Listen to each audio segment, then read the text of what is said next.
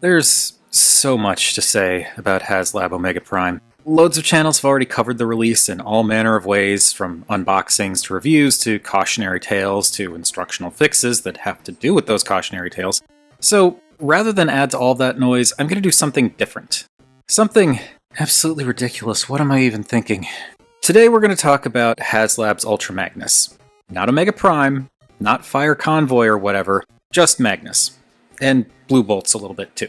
Cerebros also exists, and this is all the words and screen time I'm going to spend on him, because I care less about this Titan Master than I do about which of Soundwave's children is supposed to be blue. But before I get into Magnus, I do want to gloss over a few things. First, and objectively most important, lots of Omega Prime sets have been arriving with some pretty nasty QC problems. Namely, a handful of yellowed Magnus figures, though this seems to be relatively uncommon, and a lot of primes with cracked abdomens. My set was fine, thank goodness, but I did have to perform the fix. There's a link to the TFW explanation in the description, in order to prevent that potential breakage in the future. This undeniably sucks, and folks are completely justified in their anger about this. I just wanted to acknowledge the problem first. QC problems and warnings aside, Omega Prime itself is super cool. The engineering is interesting and clever. I like how it's reminiscent of the original, but adds and improves a lot of stuff, and it looks just so good. What I think is supposed to be the intended secret mode also looks awesome, and that's how I have mine displayed. Though the truck ladder doesn't peg in well enough to handle gravity, so I just kind of have him hold it like it's a staff, which I still think looks really cool. And that same super coolness goes for regular Prime. The truck holds together really well, and it looks great. Super mode is fantastic, and of course, there's more articulation now. Yeah, there aren't any electronics and the ladder missiles don't fire, but this is a collector's item more than a toy, right? Now, yes, Core Prime does have a bit of an awkward dump truck thing going on. And I do wish the chest windows would fully cover up the holes in the center of the torso. But it's all in service of the super and combined modes, so it's fine. Plus, he has heels now. Yay! You can slide the forearm panels back to free up the fists, at the cost of potential shoulder crashes. And the light bars are on shallow pegs, which, yeah, they could pop off easily, but it's also going to be really difficult to accidentally snap these things. I'm not trying to throw shade at the jank in Core Prime's trank. I'm down with the thickness, it's just that the discrepancies are a bit too extreme here, which makes him look kind of awkward. But again, it's in service of the other modes, and I think that this was the right call. Not that my opinion on this really matters, I'm just laying it out for you. Now then, let's talk about Ultra Magnus. This is not a toy or character I have a ton of nostalgia for. The original figure, which I did own back in the day, was just a means to an end for me. He existed to be armor for Prime, and that's kind of still true here, but also kind of not. I won't deny that Prime and Omega Prime are the stars of the show, both for the original set and this new one, but as objectively good as those two absolute units are, Magnus here ended up being legitimately the bigger surprise for me. This doesn't mean I think he's the better figure, because he's not, but as far as I'm concerned, this is, far and away, the most improved bot in the set compared to the original release. We're not going to do a bunch of then versus now talk, mostly because I don't have the original set anymore, but even without it, I was shocked by how striking Magnus's truck mode is. Incidentally, we're starting in truck mode because this is how they all come packaged.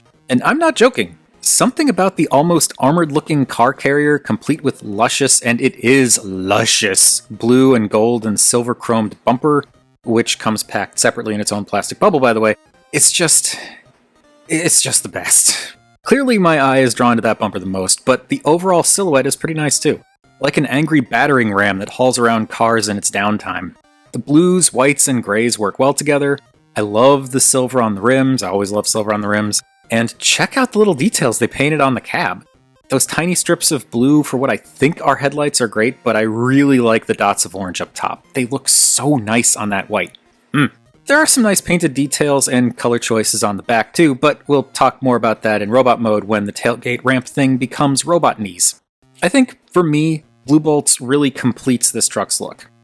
Okay, I thought that was a typo, but I did actually intend to type plonking. Plonking her on top of the trailer section in her weirdly shaped gun mode really fits the aesthetic. She complements the semi-absurdity, no pun intended, of the truck design, but also acts as the finishing touch to making this RID Ultra Magnus vehicle mode look as 2001 toy as possible. It's so extra, I love it for that. And actually, since we're talking about blue bolts, let's keep talking about blue bolts. She is essentially just a weaponizer being sold as part of a set by virtue of being a necessary pack and accessory, but it works.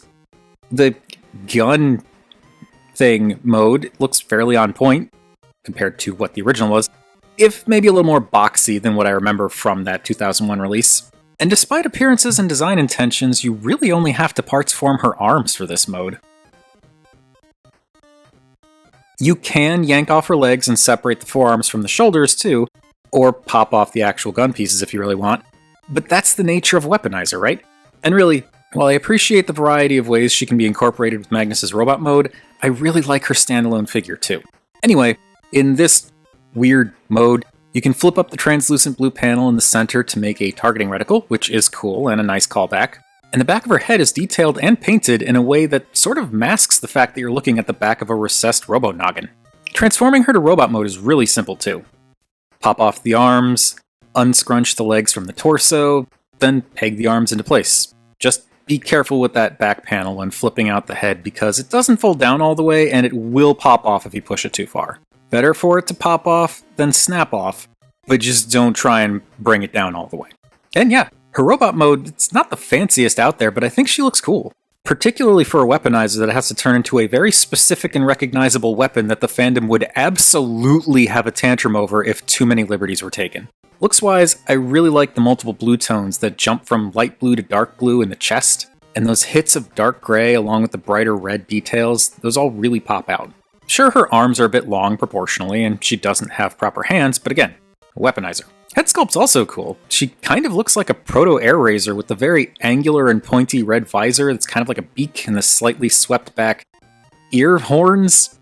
And of course, I love how they used the light blue plastic for the full head, then painted the faceplate that darker blue, and gave her these really nice bright metallic gold eyes. And it's somewhat complementary to the blue because color theory. Blue Bolts is by no means the best part of this set, but for what she is and what the designers were aiming for, she's pretty darn cool.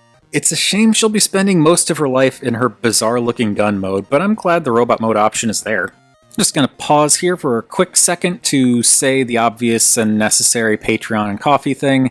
Links to both down in the description as well as at the end of the video. It's not necessary, but always appreciated. Otherwise, typical YouTube stuff of like, comment, share, subscribe also helps out. Now, getting back to Magnus. His transformation is broad strokes about the same as the original toy. Except now there are additional moving bits and a few engineering curveballs thrown into the mix to help with things like stability and proportions in the other modes. He still parts forms, he still wears most of the truck cab on his back, and he's still 75% leg. I know this will probably sound like blasphemy to a lot of people, but if I'm being honest, I actually think Magnus's transformation is the most fun to do out of the set. I know that's a weird thing to say, but like, transformation-wise, Prime is basically just the 2001 toy with heel spurs and a flip-out head. Magnus's entire lower body stores in his legs, and I love how solidly all of his backpack bits shore up now. But of course, Magnus's robot mode looks strange. He's lanky and bulky in all the wrong places, there's an enormous void in the top of his torso, his hands look weird, and I already talked about his legs, but I mean, look at him.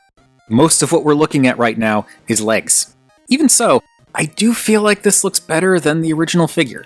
Weedy or not, these slightly adjusted proportions are more pleasing to my eyes. In particular, the way the lower body tapers out to fill the rough section of the torso shape, if you're going from bottom to top, I mean. None of this is better than Prime Super Mode, obviously, but I really like this for what it is. And I have so much respect for the way they didn't really try to fix, I'm using air quotes you can't see, that original awkward as heck robot mode. They cleaned it up a little, sure, and added more articulation, but then they just kind of left it at that. Even the colors, which are killer, are essentially a retread of the original, except now they're sharper and more spangly. The silver on the dark gray of the chest is very nice, even if the dark blue does get a bit lost, and of course, there are those knees. I love that shock of silver sandwiched between the dark gray bits, with those little pops of yellow and barely noticeable red, which, yeah, the red does kind of blend into the dark gray, but red was there in the original, so of course they kept it. It's all very similar to the 2001 toy, except the sculpting goes a bit harder with the angles and adds more dimension, along with what almost looks like logos for Mercedes for some reason. The head is great too. maybe almost too nicely sculpted, and the face seems much too regal looking for the body it's attached to, but that's part of the charm for me. And I think maybe unintentionally indicative of his I'm the specialist boy character. Though Magnus being insufferable as a person aside, the shades of blue and white are gorgeous together. The gold on the head crest is also fantastic. Then there are those eyes. Goodness me, I love that they stuck with the gold chrome peepers from Magnus and Prime.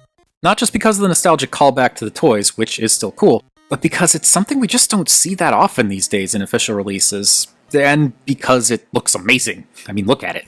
Who needs lights or light piping when the eyes are shiny enough to gleam like this? Compared to modern Commander-ish figures, Magnus's articulation isn't super impressive, but considering the original intention was for a goofy-looking statue to turn into either a truck or an outfit for Prime, this is pretty fantastic. It's a fairly expressive head, except for looking down, great range in the arms, wrist rotation and tilt, moving fingers, which are weird, but they're still moving.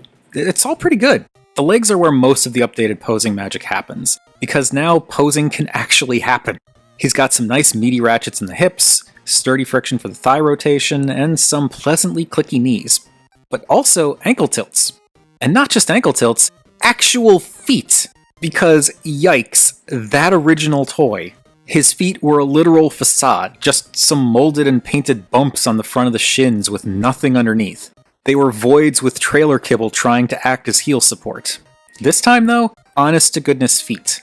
So not only can Magnus actually pose, he can usually stay up on his own while doing it.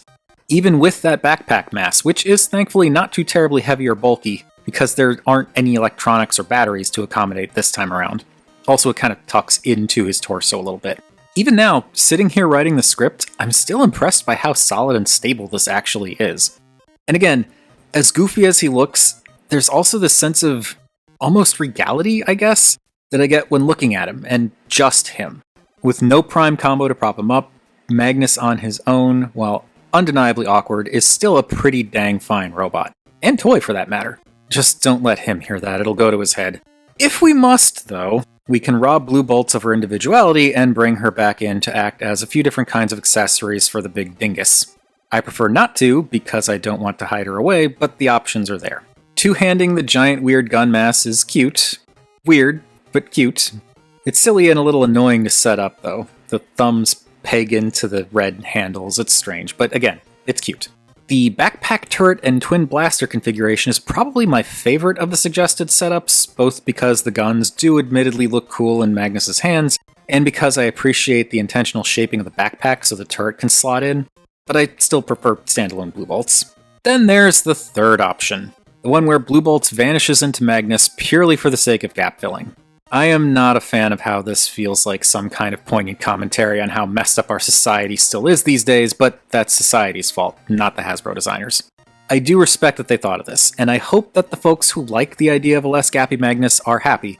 But like I've said a few times already, I like Blue Bolts as a standalone figure, and I don't want to just hide her inside Magnus like this. Plus, her arms do get in the way of the knee articulation. Though with all that said, I don't terribly mind mixing the filler and turret configurations all that much. Using her torso to fill in Magnus's neck voids does help a little bit, visually, and using her legs to fill in the larger robot's legs does help to really solidify those trailer flaps on the sides. Then I can keep her arms to use as dual blasters, which, again, looks cool. Though they can be annoying to peg in thanks to Blue Bolt's shoulder design. Those joints are just not solid enough. And the angles are weird, so when you try to peg it in, the joint tries to go inside the arm, and it's just... I don't understand why it needed to tuck inside the arm. I'm definitely not going to do this regularly, but at least here Blue Bolts gets to do something. Something other than prop up a mediocre man who thinks he's a gift to the world, anyway. And that was a dig at R.I.D. Magnus's character. Does that work? Getting to the point of all this, I know people wanted and backed this set for Omega Prime. Heck, I got this set for Omega Prime. I freely admit that. But I still wanted to take some time to look past the clear and obvious main draw of this $250+ USD dollar crowd-funded collector piece / Schrodinger's QC disappointment to appreciate a part of the set that we're all probably going to skip past in order to reach the main event. Prime is a great figure, QC Woes notwithstanding, but that's hardly a surprise to anybody. Magnus being a good and fun figure though, I feel like that's worth mentioning, even if I'm the only one silly enough to care. Thanks for watching.